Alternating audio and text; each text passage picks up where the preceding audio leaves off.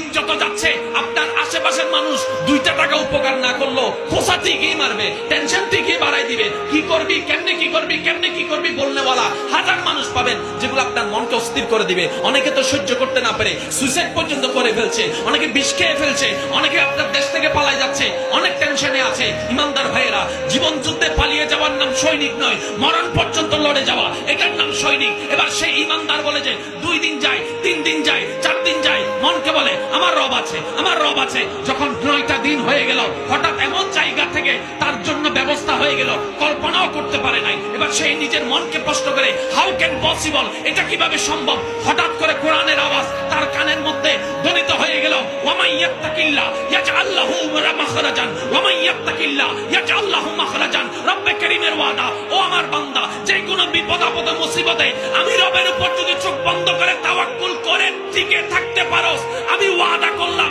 এমন জায়গা থেকে তোকে উদ্ধার করব, তোর বিবেক বলবে বাঁচার রাস্তা নাই, কিন্তু আমি বাঁচার ব্যবস্থা করে দিব। সুবহান।